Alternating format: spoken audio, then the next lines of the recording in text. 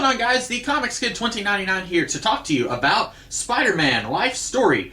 This is written by Chip Zdarsky with art by Mark Bagley, John Dell, Andrew Hennessy, and Frank Darmada. And this is a 6-issue miniseries that explores the idea of Spider-Man being 15 years old when he first gets his powers in 1962, and then aging in real time.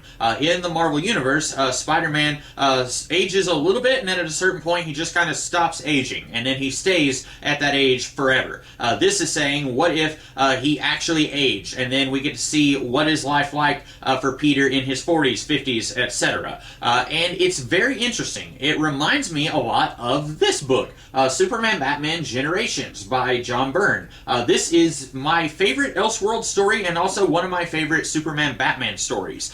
With the same premise, Superman and Batman meet each other in 1939, and it's a 4-issue miniseries.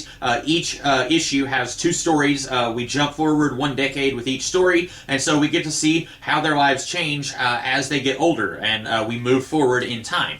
Very similar to what was done here with Life Story. And with Life Story, I want to say it's pretty good. I think that I actually like Generations a little bit better as far as exploring this concept with some fictional characters. Life Story is really good, but I think that Generations does it just a little better. So with Life Story, I want to go ahead and talk about what I like about the book first. I like that this is able to take real-world problems and throw it at Peter and see how he deals with this stuff. That has always been a staple of Peter Parker, at least when he was first created. Stan Lee's idea was that other superheroes have flying fortresses in the sky, and they're practically gods, and we mere mortals can't really relate to those characters. He wanted to create a superhero who actually has real-world problems. So Peter asks a girl out, and she says no, or he has to pay rent, and he's having trouble doing that, or his aunt is sick. Stuff that real people actually have to deal with. That was kind of the idea behind the creation of this character, and then that kind of seeped into the rest of the Marvel Universe in the 60s. There was a lot of that with a lot of the characters from that time period. And so this does a pretty good job with that.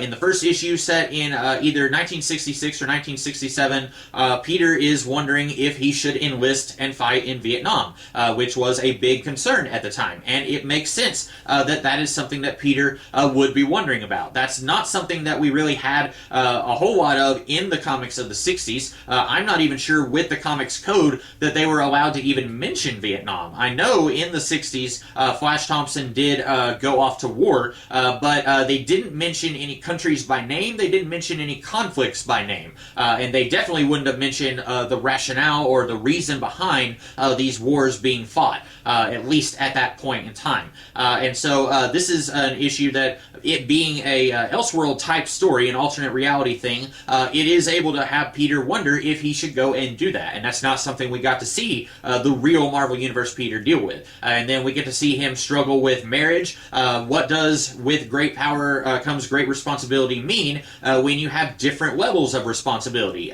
You have your responsibility to protect innocent civilians with your superpowers, but you also have your responsibility to your wife and your children and your aunt, and things that maybe Peter isn't as good at handling that part of being responsible. And so I think this does a really good job of making Peter feel like a real person who does make real mistakes, and he has real problems that he has to deal with. His problems aren't always, there's a mad scientist who wants to take over the world. You got a little bit of that here as well, because this is a superhero story, but this does feel very authentic to Spider-Man, even though this is an alternate reality story. Now, getting back to comparing it to Superman Batman Generations, I feel like this book did a really good job of keeping the focus on Superman and Batman and their dynasties, because eventually they each have respective children who kind of come into play and are important in some of the later stories set in like in the 70s and 80s,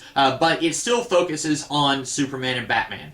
There's one part, it might be in the part that's set in 1969, where the Justice League is talking to Richard Nixon, and you get to see the Flash and Wonder Woman there, but they're not a big part of the story. They are strictly background. Now, there was a sequel to this called Generations 2 that did focus on some of the other characters of the DC Universe. We got to see the Flash Dynasty and how how Wonder Woman and her family evolves over the years. And if I'm being honest, I didn't like Generations 2 nearly as much as I like this story. But with Spider-Man Life Story, it broadens its range a little bit, and it does it in a way that I don't think works very well. For example, in the first issue, Spider-Man is able to talk to Captain America, and he even says, so what are you going to do about Vietnam? And Captain America says he's not really sure, because he looks at what's going on in the news, and he doesn't know if that is the best way to determine what is right or wrong. So he says he is going to enlist, and he's going to see what's going on over there firsthand. And then we get to see at the end of that issue, Captain America eventually breaks off from the military and has gone rogue, and he is protecting innocent civilians in Vietnam.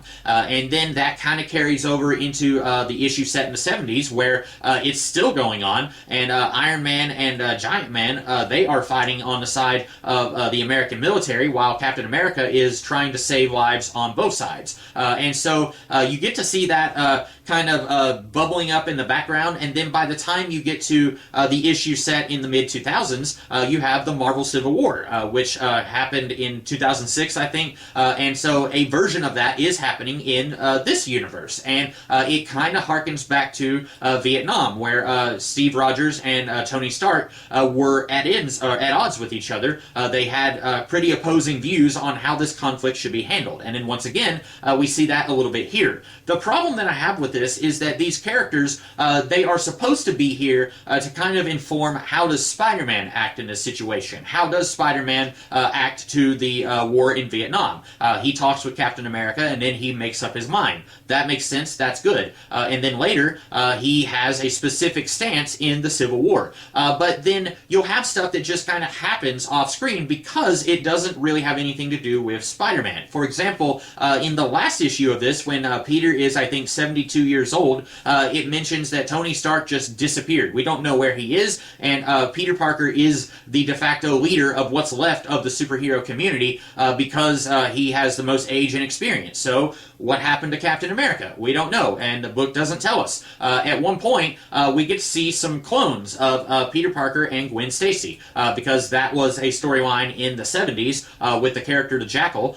There was a clone created, and then many years later brought back, and he became a major character in the 90s. We get to see these characters in the 1970s. The clone of Gwen Stacy and the clone of Peter, they go off to have their happily ever after. And then a couple of issues later, we see the clone of Peter called Ben Reilly.